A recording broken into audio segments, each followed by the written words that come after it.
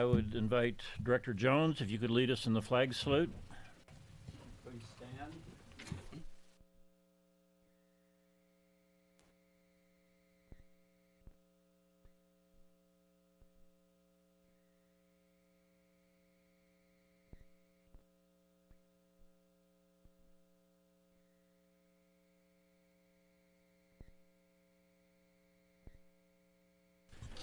If we get the roll call, please. Director Bill De La Pena, absent. Vice Chair Huffer. Yes. Director Jones. Here. Director Nichols. Yes. Chair Skay, absent. Thank you very much. Item 3 on our agenda, public comments. I do have one public speaker card from Mr. Billy Martin. If you could come to the podium, please.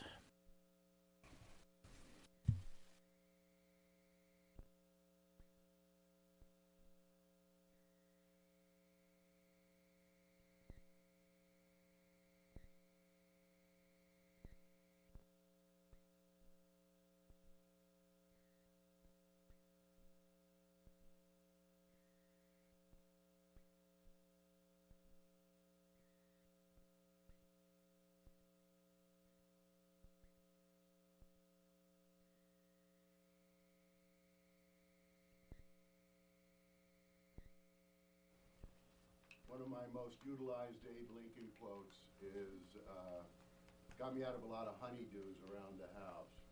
If I had 6 hours to chop down a tree, I'd spend the first 4 sharpening.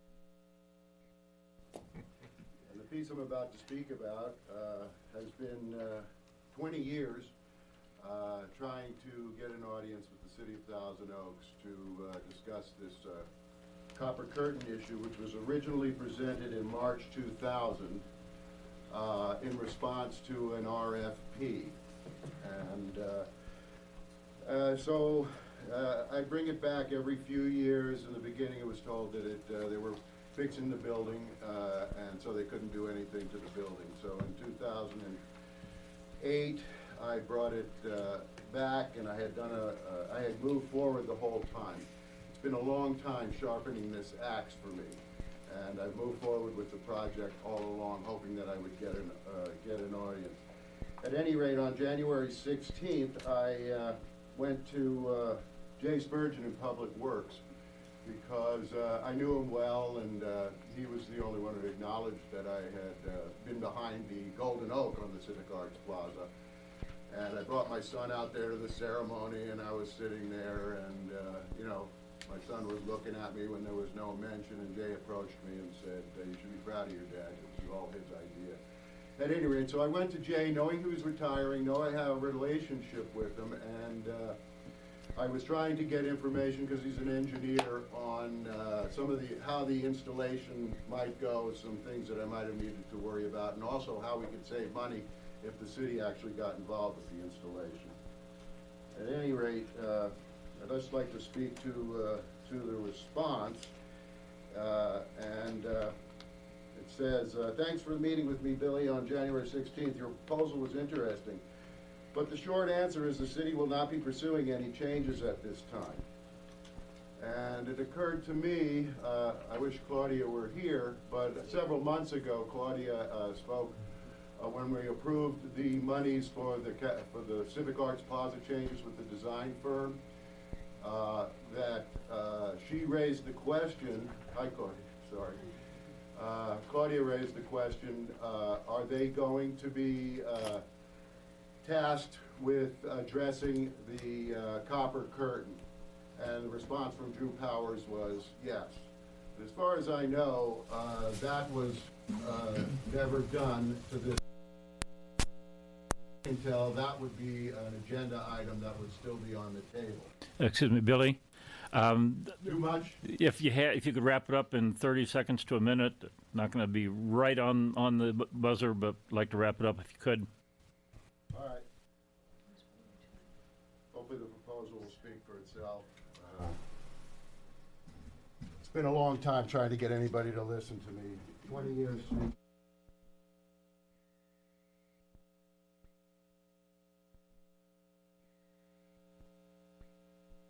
Getting rejected without any opportunity to talk is just not the way I think the city should be running things.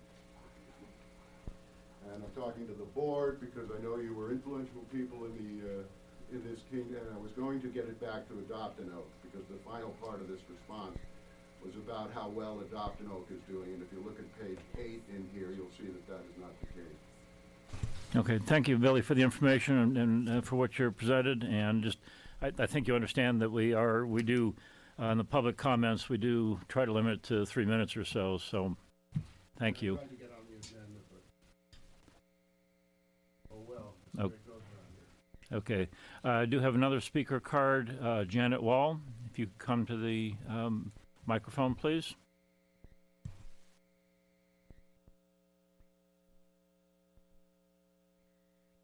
I don't need it on. The room is small. Do I need it on?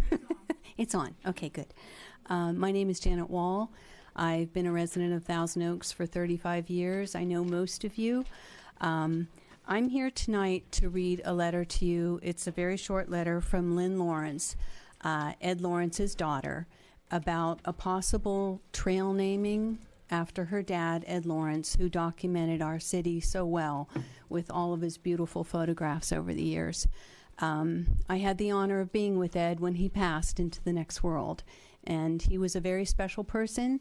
I know the city has acquired his collection of photographs, and I'm sure it's something that's valued by all of us, but I am hoping that a trail naming can happen. I'm not sure that Lynn is right with what she said about Wildwood, but I'll read the letter to you. And I did leave written copies with the secretary. To the Thousand Oaks City Council and COSCA, I understand you may be considering renaming a hiking trail in my dad, Ed Lawrence's honor, in his favorite place in Thousand Oaks, Wildwood Park. Dad hiked those trails regularly and loved them all. My family is very excited about this possibility. What a great tribute and honor that would be to the man who loved Thousand Oaks so much he dedicated most of his life to making a photographic history of the Conejo Valley, the people, and surrounding areas. So that's all I have for you. Thank you. Thank you, Janet. No further speaker cards, so we'll move on to item 4 on the agenda, presentations and announcements. We have a presentation about the RASNO donation update. Anna? Good evening, Vice Chair Huffer and members of the board. I have a brief PowerPoint. Over the years, the RASNO family has accumulated approximately 193 acres of land in the Southern Ridge open space area, comprising the RASNO Peak Ridgeline and its respective slopes, which frame the southern border of the city and the Conejo Valley. This map on page 5 of your packets shows the property, the immediate vicinity, and existing open space, which is shown in green. This map on page 6 of your packets displays the original extent of the RASNO property in yellow, and again the existing open space in green. In October 2012, the RASNO family approached the city with an offer to donate approximately 82 acres to COSCA for preservation as permanent open space. The specific donation area is located at the southern end of Ventura Park Road between COSCA's Hope Nature Preserve and Ventura Park Open Space, and supports dense chaparral vegetation that provides important wildlife habitat. This map on page 7 of your packets illustrates the extent of the donation area, which is shown in blue. The land the RASNOs will retain is shown in yellow, and existing open space is green. The dotted red lines represent existing COSCA trails, while the dashed black and white line depicts the fencing between the two areas. In February 2015, the COSCA board appointed an ad hoc committee comprised of board chair Rory Skay and director Claudia Bilde La Pena to review the proposed donation and develop a recommendation. By February 2017, the committee recommended moving ahead with the acquisition of the donation area, and that staff report can be found on pages 8 to 15 of your packets. The ad hoc committee and staff have worked diligently with the RASNO family to bring this open space acquisition to conclusion. These efforts culminated last month on January 9th when RASNO family members executed the grant deed transferring the donation area to COSCA. The final 82-acre donation area consists of 57 parcels 34 of these will be transferred in their entirety, while portions from 23 parcels will be transferred. Key points of the completed transaction include the Rasnows will retain ownership of their access road. They have also installed a new security gate further south on their access road, and COSCA will be relocating a portion of the Los Robles Trail to pass in front of that new gate, and will also be installing new fencing on both sides of the access road at the trail crossing to direct users across the road. In addition to that, we'll also be installing a variety of signage, which includes no parking signs at the crossing, as well as signage that indicates that the access road is private and that the trail crossing area is not a trailhead. Supplemental signage advising users of these requirements will also be installed at other trailheads in the Los Robles Trail network, and will also be working to resolve a small number of encroachments. This map on page 16 of your packets illustrates the trail relocation zone. It's shown in the orange hatched pattern and depicts the anticipated area in which the new trail segment would be placed. We've also had this area assessed by an outside biological consultant for the potential presence of sensitive resources. The final location of the trail will be informed by the on-the-ground conditions COSCA rangers encounter as a result of their scouting work, which includes avoiding any potentially sensitive areas. So, having said that, our most immediate next steps are the reconnaissance work needed to identify the new route for the trail relocation. This work has already begun, and we hope to have the reconnaissance completed in the next few months. And staff will also be working with our consultant to complete the land transfer at the county level. In acquiring their land over the years, the Rasnow family have facilitated preservation of a valuable native habitat area and wildlife corridor. By remaining dedicated and committed to the donation process, the Rasnow family, the ad hoc committee, and staff have secured permanent preservation of this significant habitat. The Rasnow family's donation of this land connects two COSCA open space areas and adds a significant section to the ring of open space around the city and preserves these natural hillsides and the accompanying viewsheds for the entire community. So, thank you to the Rasnow family and to the ad hoc committee. This is truly a significant achievement. I'm happy to take any questions you may have, and afterwards, Director Bill de la Pena will be presenting the Rasnows with a commendation from COSCA. Thank you very much. Do we have any questions or comments from members of the board? Yes, Director Nichols. I just wanted to make a couple of comments. This has been a very lengthy process, but I can't think of any other process or properties that was worth this much time and effort, and especially for the effort that the Rasnows had and the foresight of trying to preserve open space, not necessarily on behalf of the city, but as a result it did benefit the city. And as I look at particularly the graphic that's up above on the screen right now, where it shows the upper portion of that ridge dotted with all the preserved open space, that every one of those could have had a house on it if things were allowed to take place as was intended when the land was subdivided. And so it's really a tremendous benefit to the city, and I trust that Rasnows also believe it's beneficial to their interest as well. I can remember talking about this 30 years ago as those plans were going underway with some of the development in the area. And I'm just absolutely thrilled to see this coming to conclusion and seeing the outcome of the city's effort and the Rasnows' effort to on behalf of COSCA. I know the city's been doing a lot of the uplifting to make this happen, even though the Park District was involved with some of the initial trail arrangements. We're just thrilled to see this taking place. And again, thank you to the Rasnows for that contribution. Thank you, Director Nichols. Anyone else on the board? If not, Director Bill de la Pena.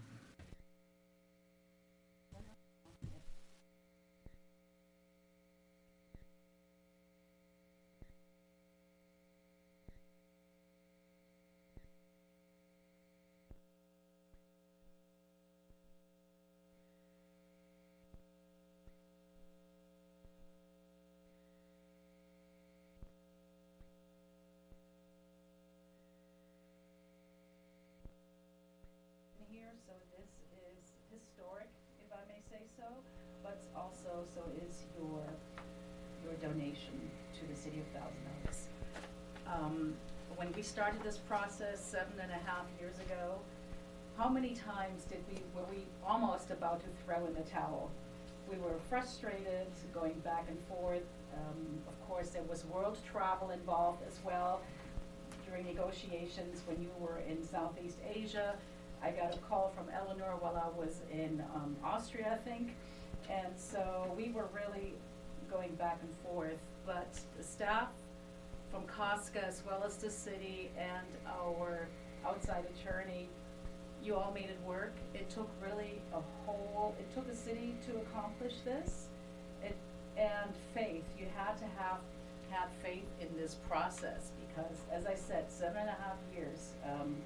My kids are now 14 years old, I don't look the same anymore. But you are leaving behind something for future generations, and this is the Rasnap legacy, truly. So it is absolutely my honor to present to you this commendation, thanking you for your donation of 82 acres to the city of Thousand Oaks and the gift that you're giving nature as well.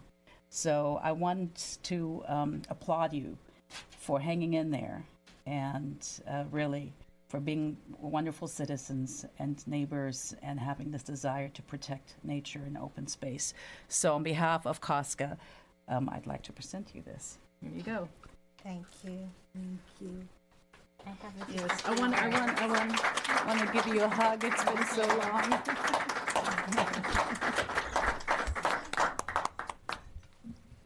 Thank you, Claudia, and thank you, Anna, and Jim, and here, stay here with me, Mom. Yeah. I'm Tina Rasnow, and Eleanor Rasnow, and my brother Brian couldn't be here tonight, but I speak on his behalf as well. And my father, who passed away just after we made the offer in 2012, he passed away Christmas Eve of 2012. But he was so much wanting this gift to be made as well. So we are speaking for him tonight also. The gift of this land has been a long process. We offered the land in 2012 when Harmon Rasnow, when my dad was still alive, and he supported this gift wholeheartedly. Dad had taken the responsibility of land stewardship very seriously, and he imparted to all of us that the true value of land is not in its development potential, but in the peace and serenity it can provide. For our family, this land has served as a buffer from the encroachment of urban sprawl. Entrusting it to COSCA is consistent with the highest and best use that we embrace. Living on the mountain has certainly given us a broader perspective on the challenges we face in our local, regional, national, and planetary environment. The minutiae of daily life slips away when one's view is so expansive, and the rapid changes and disruption of climate more noticeable when working closely with the land. Collectively, we are leaving our children, grandchildren, and future generations with enormous burdens from our society's ever-growing consumption habits. It is our family's hope that the gift of this precious land, so rich in animal and plant life, in historical indigenous culture, will serve as inspiration to others to view our earth resources, not in terms of exploitation or extraction, but in terms of its highest and best value, namely a foundation for sustaining life. We hope that folks will walk the trail system during daylight hours. I want to emphasize that, because the trails are closed from dusk to dawn, and that's for your own safety. We have cougars up there. That they can remove their headphones and enjoy the sound of the birds, the smell of sage and wild lilac, the caress of the breeze, the sight of such wondrous beauty in the mosses and ferns that grow in the shade of the chaparral. We hope that experiencing nature up close and personal will help to restore all that is good in the soul, that it will help to heal wounds, bring peace to one's spirit, and thereby spread peace in the world. So that's my comments on behalf of the family, and the only other thing I would ask the public to please not use Ventura Park to access the trail. Our neighbors were not as enthusiastic about this donation. The people that live down the road were worried that it would increase the public coming up onto what is a private road. So we don't allow access through the gate, and I just want to remind folks that we cannot let people access the trail through the gate. Once it's moved below the gate, we won't be the gatekeepers anymore, and we relish when that day comes. But I do want people to understand that there is a reason why we can't, when they come down to the gate wanting to get out, why we stop them and say, you have to go back to the trail, because it does create a burden in what can be a dangerous road. It's not the widest, and there is a fair amount of traffic for the homes below. So that's it. Thank you so much. Thank you again. Thank you. We did it. We did it. It was a slow birth. I know. Do we have any other comments from board members? Director Jones? Yeah, I'd just like to add my thanks. I feel fortunate to have known the Rasnow family. How long, Eleanor? Maybe 50-some years, I guess. Back in the 60s, we had the Human Relations Council. Okay, well, I remember we used to meet up at CLC then. And those were great days a long time ago. And I knew that you and Harmon had land up on top of the hill.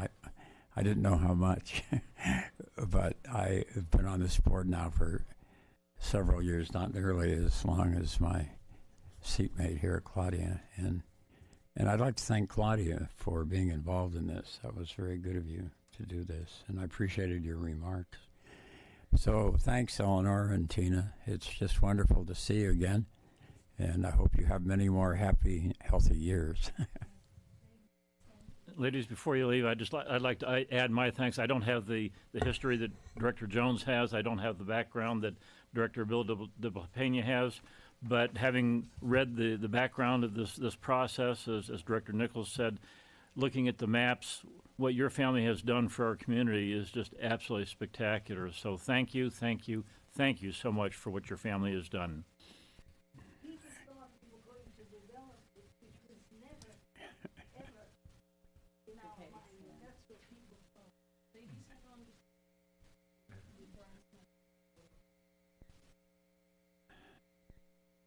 We want to get the whole board?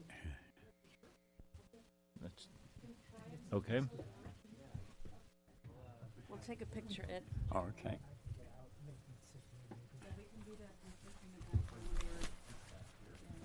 In the front?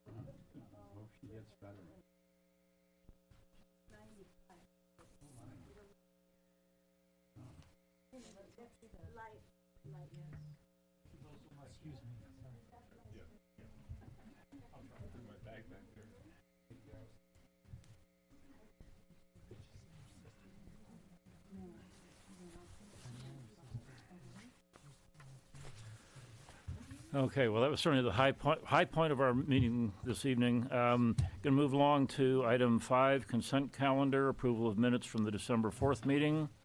What is the pleasure of the board? Move approval. Move approval of the minutes of December 4th. Thank you. Have a motion I'll second. and a second. Any discussion? If not, all in favor? Aye. Aye. Any opposed? Thank you very much. Item 6, action items, 6A. Why am I Rain was so short. 6A, election of chair and vice chair. Brian, I believe you're the lead on this. Yes, Vice Chair Huffer and members of the board. COSCA's, according to Section 12 of COSCA's manual procedure, the COSCA board shall elect a chair and vice chair at the first meeting of each calendar year. Today is that bright day, and I will hand this off to the board to make that decision. Thank you very much. We are looking for nominations, first of all, for chair for the coming year. Well, I'll nominate Rory Skay. Okay, I'll second. We have a motion and a second. Any additional nominations? If not, all in favor of Rory Skay being named as chair for the coming year, please signify. Aye. Aye. Any opposed? Thank you very much. I will now open up for nominations for vice chair. Well, I don't know exactly whose turn it is, but whose ever turn it is, I'll nominate.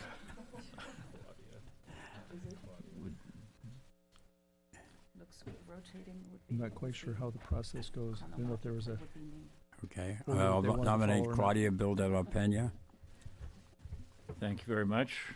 We have a nomination of Director Bill Del Pena. Is there a second? I'll second that. Thank you very much. Any further nominations? If not, all those in favor? Aye. Aye. Any opposed? Thank you very much. Now, I'm not totally familiar with the procedures here. I know for the Park District, as soon as we elect new leaders, they take over the meeting. Oh, Will Claudia finish this, or do I finish this? I think. Everyone's nodding their head, but what is it? Rock, scissors, paper. can I stay seated where I am? Sir, I'm sitting where I am, so sure. All right. Take it away. Thank you to my colleagues for the nomination and approval. I appreciate it.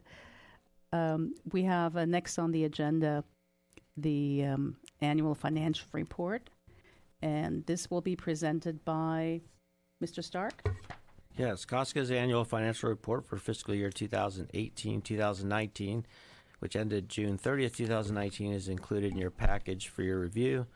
This report was prepared by accounting staff in the city's finance department and audited by Rogers, Anderson, Malady, and Scott. Michael Aguilar is here from the finance department with a few notes. All right. Good afternoon. So just to begin, COSCA's net position increased just under $100,000 to $76.4 million at at the end of fiscal year 2019. Revenues decreased by $121,000.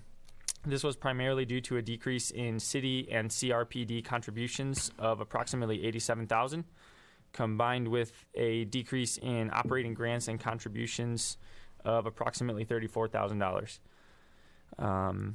Expenses decreased by $35,000 compared to the previous fiscal year, primarily due to a decrease of $141,000 in salaries and benefits, and that was related to vacancies. That increase was offset by an increase of approximately $106,000 in maintenance and operations. COSCA has $1.7 million in cash and investments held for future open space acquisitions, and capital assets remained flat compared to the previous fiscal year, with an ending balance of approximately $74.8 million. Just a question.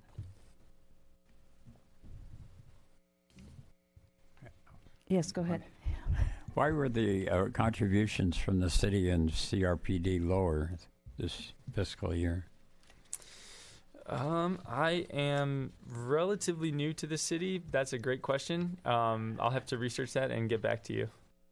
Okay. I think Mr. Friedel can answer that. Well, and I would probably attribute it to vacancies as well. So we only contribute what our expenses are, and we had some vacancies over that period, and that's why we saw less revenue to COSCA, because the city and CRPD put less money in for staff.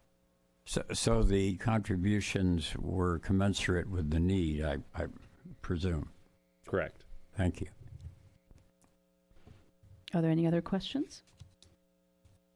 None? Then I'm looking for a vote to approve. Not a vote, but a motion, I guess. Yes. Director Huffer. I'll move approval of staff recommendation to receive and file the COSCA annual financial report for 2018-19. Thank you. Is there a second? I'll second that. Not Commissioner, but Chair Nichols seconds. All those in favor say aye. Aye. Any opposed? Abstentions? Okay, so that carries. And now I have to go back to up here.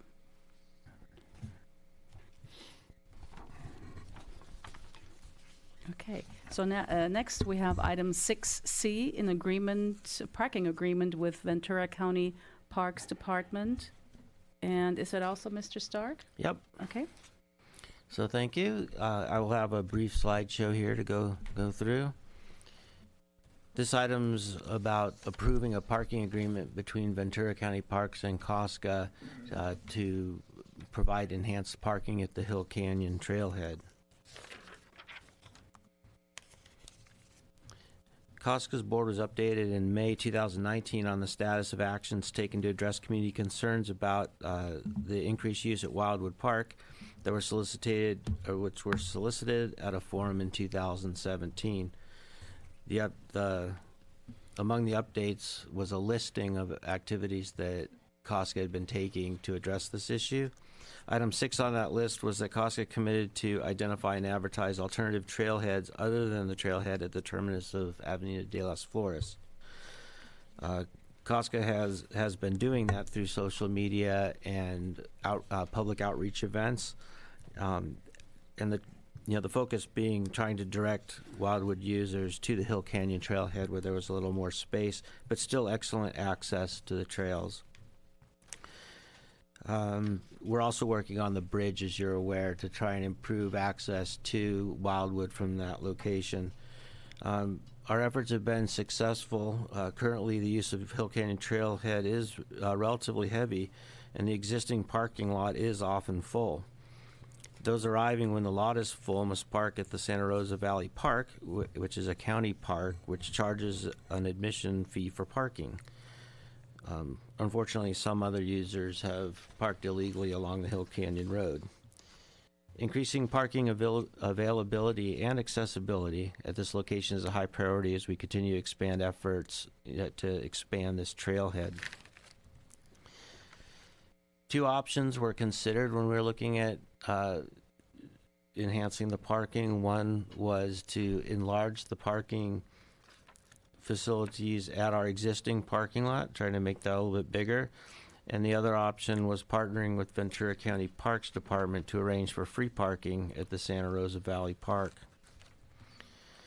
Staff pursued the partnership with Ventura County Parks because their parking lot is already in place. It's built to a high standard and holds a high number of vehicles.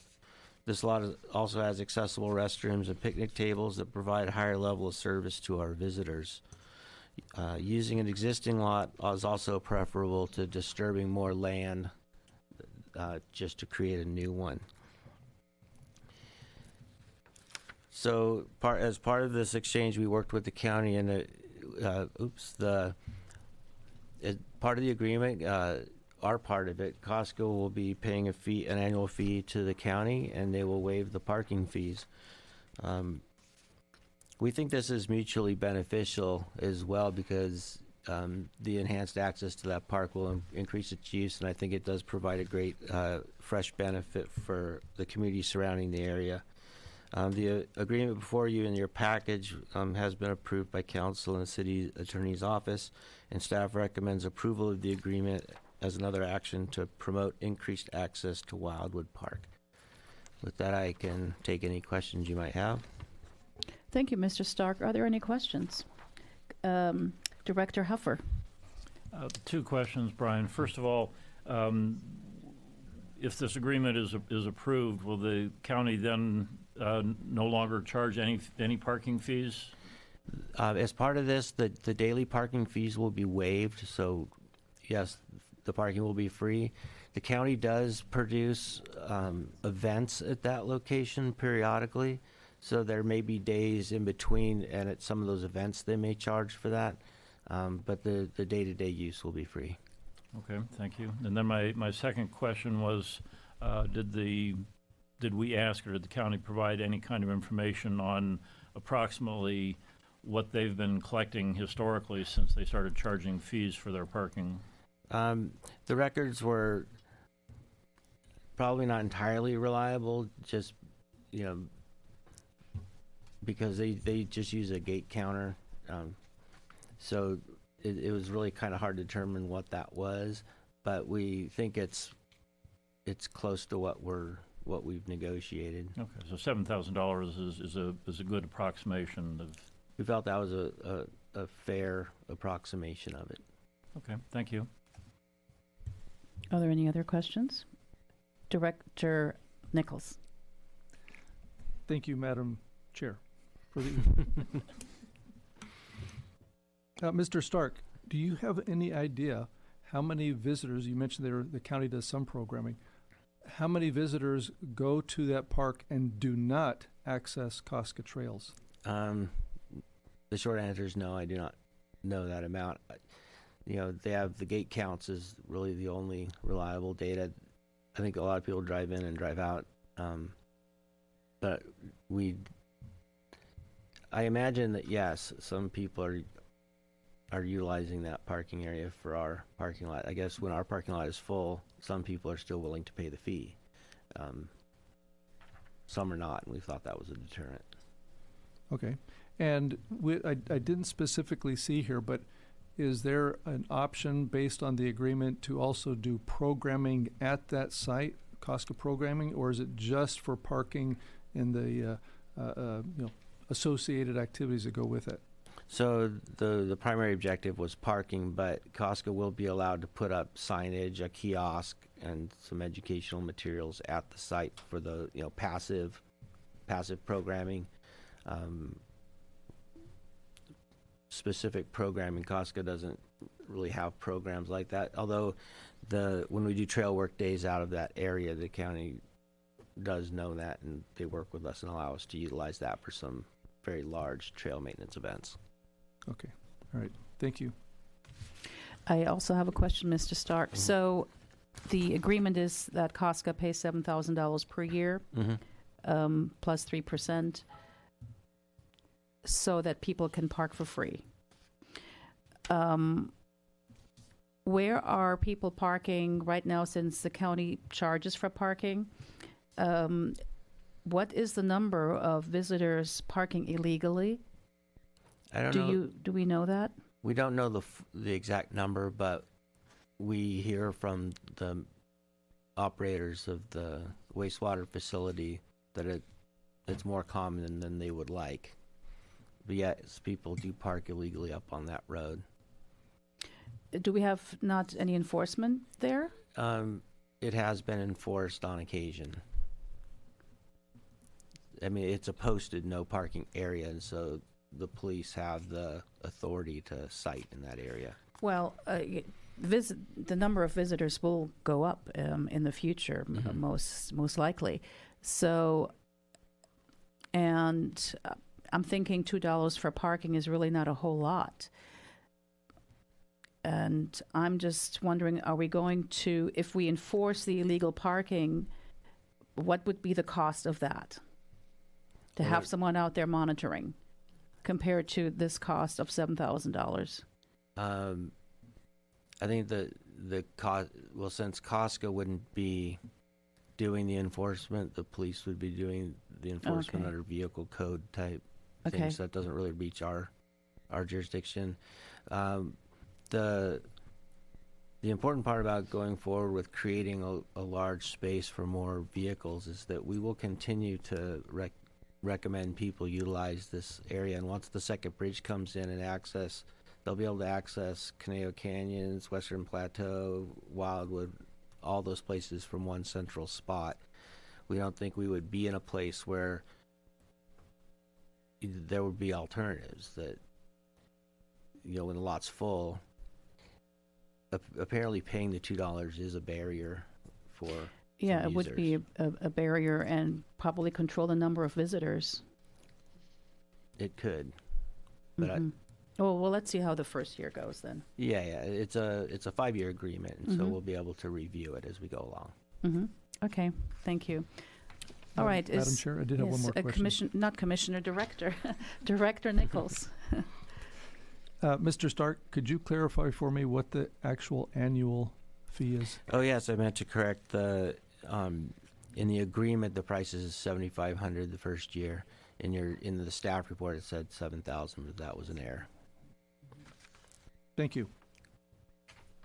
Thank you for the clarification. All right. If there are no further questions, then I'm looking for a motion. I'll move approval. Any second? I'll second. All right, Director Huffer seconds the motion. All those in favor? Aye. Aye. Opposed? None. Very good. So that is approved. We now go to item 6D. And that is also Mr. Stark. Yes. And the authorization to accept property from Sage Mountain. Yes, so I have a couple of slides on this as well. On September 15th, 2014, the Thousand Oaks Planning Commission approved a modified special use permit to allow construction of a 130-unit assisted living and memory care facility at the western terminus of Vista Grande Drive. That is now Sage Mountain Senior Living, located at 3499 Grande Vista Drive, on a property that's approximately 55 acres in total today. That does contain a prominent hillside too. Pursuant to the City of Thousand Oaks conditions of approval for the project, 34.17 acres of the parcel are to be transferred to COSCA to be managed and preserved as public open space. This map has the location of the parcel. The parcel is adjacent to COSCA-owned land to the east and a future open space to the north in Conejo Canyon's open space area. To facilitate the preservation of the native habitat, the property will actually be divided into 2 parcels. So this is how the split shakes out. Parcel A, 34.17 acres will be transferred to COSCA. Parcel B will be retained by Sage Mountain and will contain a retirement facility and some prominent rock outcroppings. Staff did go up and inspect all the survey markers on these things to make sure we're there. And I'll tell you, that's a good hike if you ever want to do it. It's some steep terrain. The final step in transferring the title, there is a mechanics lien on it currently. That those are fairly common in construction projects, and we expect that to be moved off the title in March. So the transfer wouldn't actually happen until that's taken care of. The staff recommends approving the transfer of the 34.17 acre open space property from Sage Mountain Senior Living over to COSCA, and I'm available for questions. Thank you. Are there any questions? Director Nichols. Thank you, Madam Chair.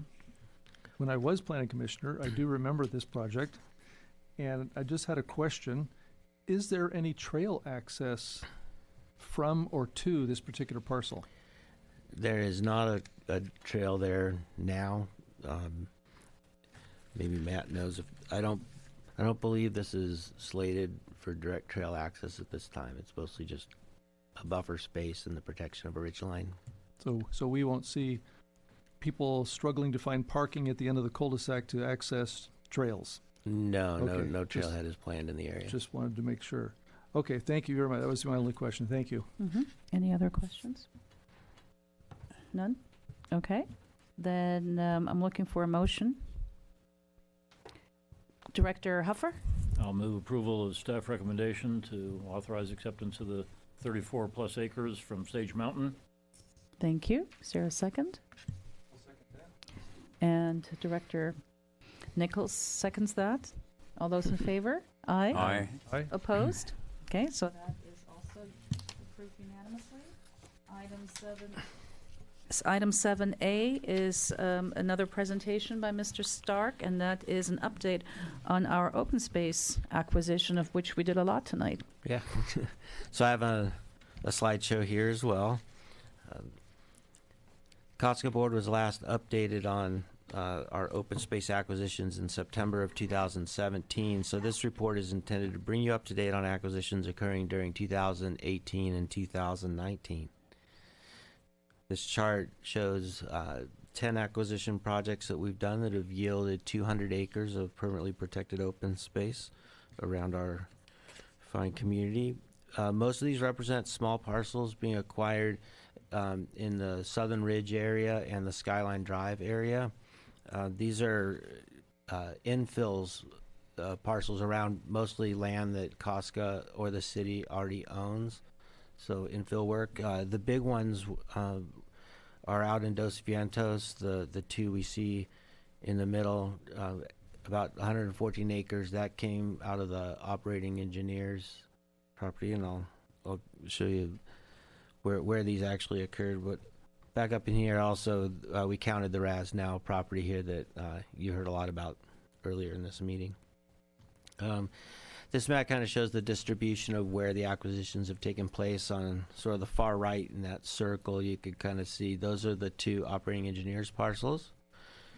Then in the center, it shows the Raz Now donation. And within that area, we've done a couple acquisitions too. So there's both donation and acquisition going on in that area. On the I guess the far right here are, I don't know if you could see them in that little thing, but the bright green ones are, this is the Southern Ridge and Conejo Ridge,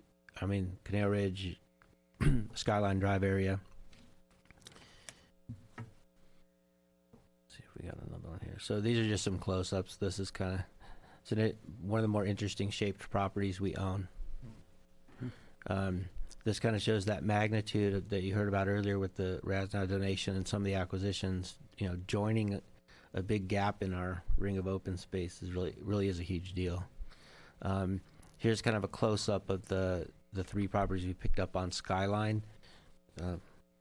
On the upside, the one that's kind of on your left, the bright green one, the property below it and next to it that are white still, we're in escrow on those. We actually have 4 escrows current right now as well, so we're continuing to do that work. With that, I could take any questions on our work. Are there any questions? Director Nichols. Yes, thank you, Madam Chair. Just a point of clarification, Mr. Stark. The map that accompanies this is titled Natural Open Space Protected. I just wanted to verify that this was not necessarily all COSCA-owned land. This is just open space within the planning area. Is that correct? Yes. Okay. Okay. Some the distribution there's some of this will be COSCA owned, some city owned, CRPD, and stuff. There's also land in there that's slated for future development that's being negotiated with development agreements. Okay. And then the only other comment I had was I was looking at that list for 200 acres, and I thought, there'd be a lot of entities and agencies would be absolutely thrilled with 200 acres, and we kind of look at that as, another 200 acres. We have so much. But it's thrilling to see these pieces, even these final pieces, as small as they may be, that are critical to this ring and collection that we have to fill in those gaps. This is terrific. So thank you for that update. Well, I can tell you that continuity is a big part of conservation, and every acre counts. Absolutely. Thank you. Thank you, Madam Chair. Are there any other questions? None. I do have a question.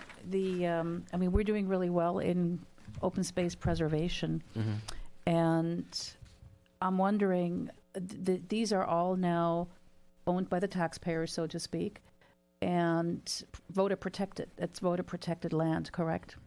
Yes. And it's under the Parks Initiative, and I forgot to check to see when it sunsets.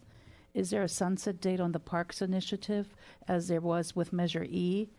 And are we going to renew that? Jim? I do not know. I do not know when and if the Parks Initiative has a sunset date. I thought it did, but I'm not sure. Yeah, I don't know when that is. We can look that up for you. Thank you. Thank you so much. Appreciate it. All right. That was what this is. Let's see. Do we need a vote on this? No.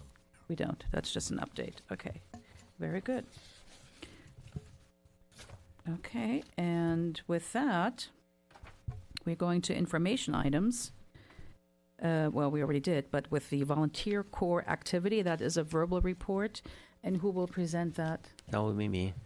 Oh, that's you as well. Are I you keep also it- doing ranger operations, or is no, that Mr. no, Kuba? Yes, I know. I know. I'm just double checking. We'll bring in the big guns for that. We just wanted to share the volunteer activity since your last meeting here in December. Trail Watch, 29 reports, and about 45 hours of volunteers putting their eyes out on the trails. Adopted Trails, we received 23 reports in 55 hours. The volunteer hours do add up. So throughout the year, over 1,800 hours by volunteers logging time on our trails and feeding back important information to rangers. We're off to a good start this year as well with 185 hours just in January alone. I think those are all the slides I have. And we love our volunteers. Couldn't do it without them.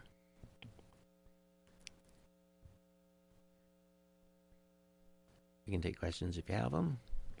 All right. Thank you. Are there any questions before we turn it over to our park superintendent? None? Well, Oh, actually, yeah, one. Director Jones. yeah, well, this is not really on point, but I was just remembering about the request tonight to name a trail for Ed Lawrence. And I was wondering, Matt or whomever, if we decided we would like to do that, what would be the procedure for doing that? COSCA maintains a standing committee on trail naming, so that issue would be sent to that standing committee.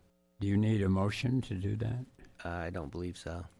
Yeah, it was determined that no agenda item was needed and that the committee could meet to begin the work on the trail naming, and we started that a couple of weeks ago, Jim, that Mr. Huffer and I just have to find a date. Well, that's great, because I really think he deserves it. Oh, absolutely. And I just happened to be looking at our local TV the other night, and I came upon a program in which he was telling chronologically a lot of the pictures, and it was a wonderful show. And he's done so much for this community. I just think it would be very appropriate to name a trail for him. So, And I believe that everybody would be in agreement with that. yeah, So, thank you. but more on that a little bit later on during board member comments. All right, then Mr. Kuba. Good evening, and I have a PowerPoint presentation. Recent ranger operations. I've been trying over the years to introduce you to ranger life, and I think what I'm going to start doing is starting off with smiling rangers and finishing with the sunset. So that's going to be my goal from now on. The rangers are relatively low tech, but this is very efficient. This is their whiteboard in their work shed. All the notes are there about what's coming up, what needs to be looked at by weekend crew, what trainings are coming up, and things like that. It works really well for them. They're able to respond to each other very efficiently, and I'm very proud of how well that low tech works. If any of you that have been hiking in Wildwood have noticed that almost all of the signs have been replaced in the past 6 months. And some of you have noticed that the Tarantula Hill and the rubber tarantula have been missing, and they will be returning soon. Wildwood, our blowout bridges, these are the blowout bridges that we put in. A couple of them blew completely away, so there are some new ones there. And we've actually improved the design a little bit by widening the footing on them, and they're more stable. one of my segments, how does it get in open space? I do not know how this one happened. A lot of energy went into getting this out there, shade and structure and a couch. But then how do you get it out? And so we rely on Smiling Rangers. One of the big projects, at least a sweaty project this last month, was rebuilding the Sutter walls. And the Rangers were really proud that they used both of our gas-powered Sherpas. And when I made this slide, I realized you may not know what a gas-powered Sherpa is. So it's a track-driven wheelbarrow, and they can hold about 1,000 pounds. And they're very, very stable and very, very slow, but better than ruining somebody's back. And then I realized you might not know what a Sutter wall is. So that is a Sutter wall. And those steel 8-shaped pieces go in, and then the wood slides in behind it, and then you backfill for dirt. These are very, very good, solid structures. I've also decided to take advantage of this upcoming Los Robles trail reroute that we're doing on the Rasnow donation. And so we expect it to take quite a bit of time. So over the next probably 4 meetings, I'll be giving you updates and hopefully give you a little bit of training or show you how we build trails.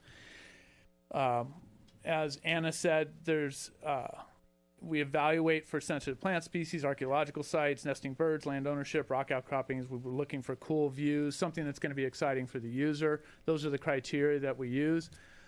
And then we start off using Google Earth, and we figure out, can we get the elevation drop or gain that we need to over the distance? And in this case, we were able to be very close to what we need, at least from a Google Earth situation. This saves us a lot of time of crawling around in the dirt before we go out in the dirt. So it's nice.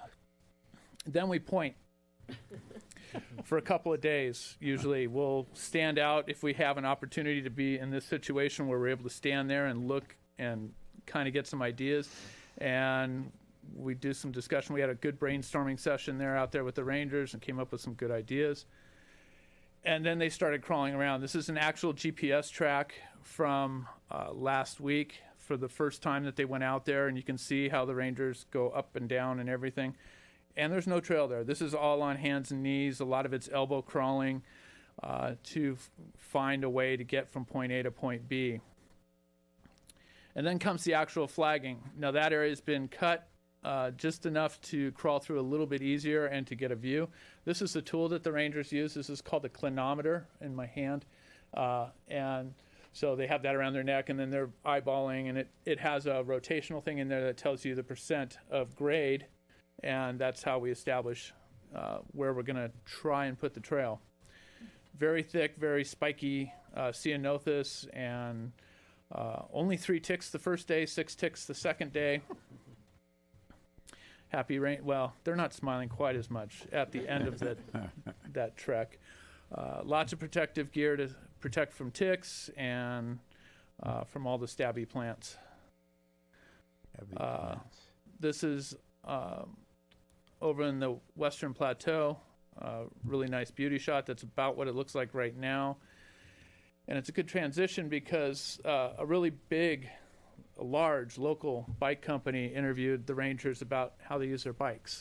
And it was a fun meeting for about an hour and a half. We got a tour of all their bike areas, all the nice bikes that they're looking for. But they're looking for information about how we're using the trailers on the bikes to carry tools, how we're using them for patrol, what would make it easier. Would it be better to have mounts on a bike to actually attach the tool to the bike and stuff? It was a great discussion and really fun for the Rangers to be able to see some of the new bikes that are coming down the line.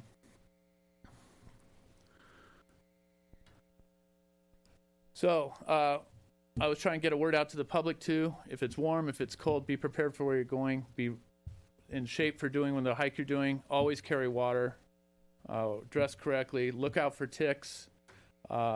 Stay out if it's raining. We do sign and close up the parks. And mind your doggies. And there's a sunset. That's my grandson, and I'm really proud that I built trails 20 years ago that he's going to get to hike on. So. Available for questions. Lovely. Thank you so much. Are there any questions? Director Huffer. I appreciate you answering the questions ahead of time as to the wall and the vehicle and all that good stuff.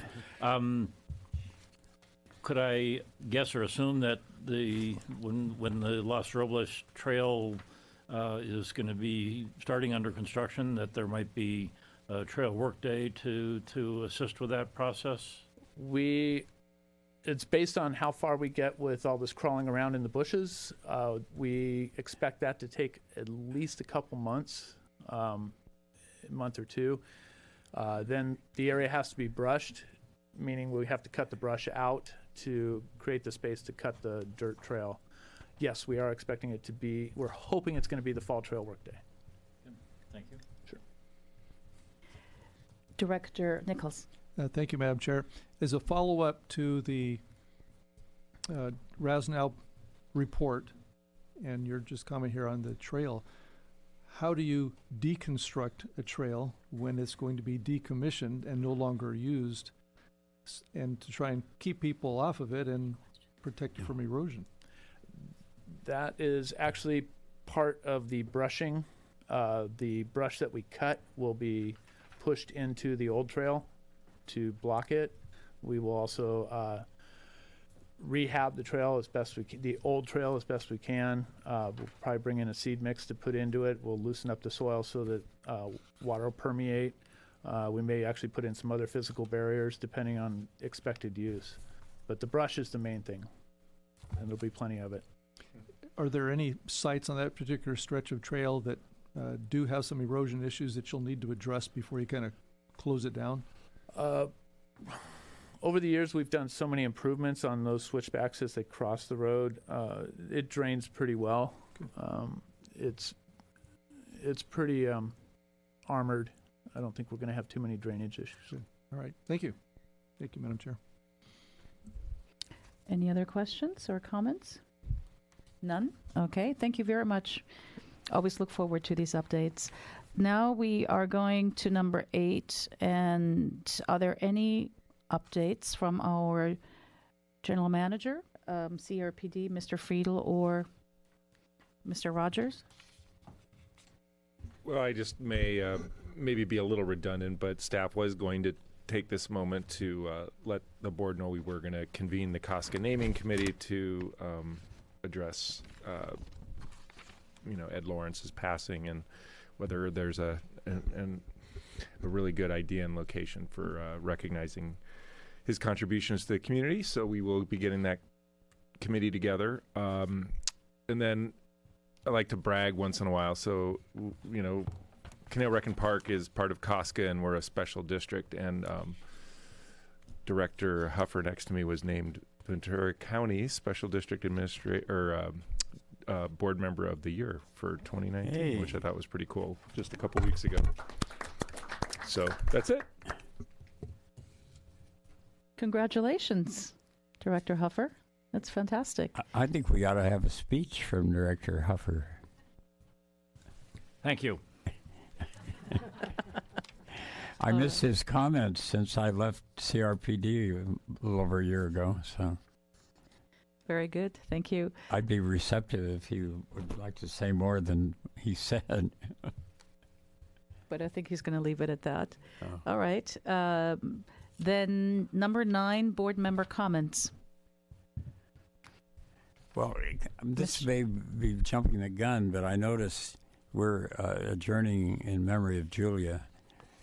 And I'd just like to say that I worked with her on a couple trails. I was not the greatest worker, as Matt would attest, if he remembers my... I was not exactly in the prime of life when I was out there with Julia swinging a pick, but, I tried. And I got through in time for lunch and so forth. But I have known Julia for quite a while. I don't know how many years, I guess 7 or 8. And her contribution has just been amazing with all the